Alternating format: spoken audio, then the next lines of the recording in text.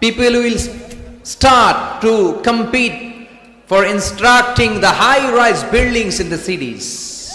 No, it's completely wrong, because they don't just write down the Holy Quran in printed copy.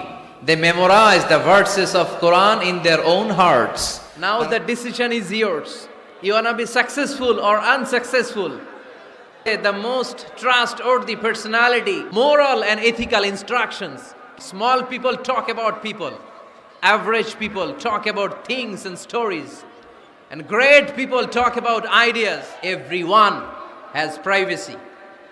And no one should interfere in his privacy or in her privacy.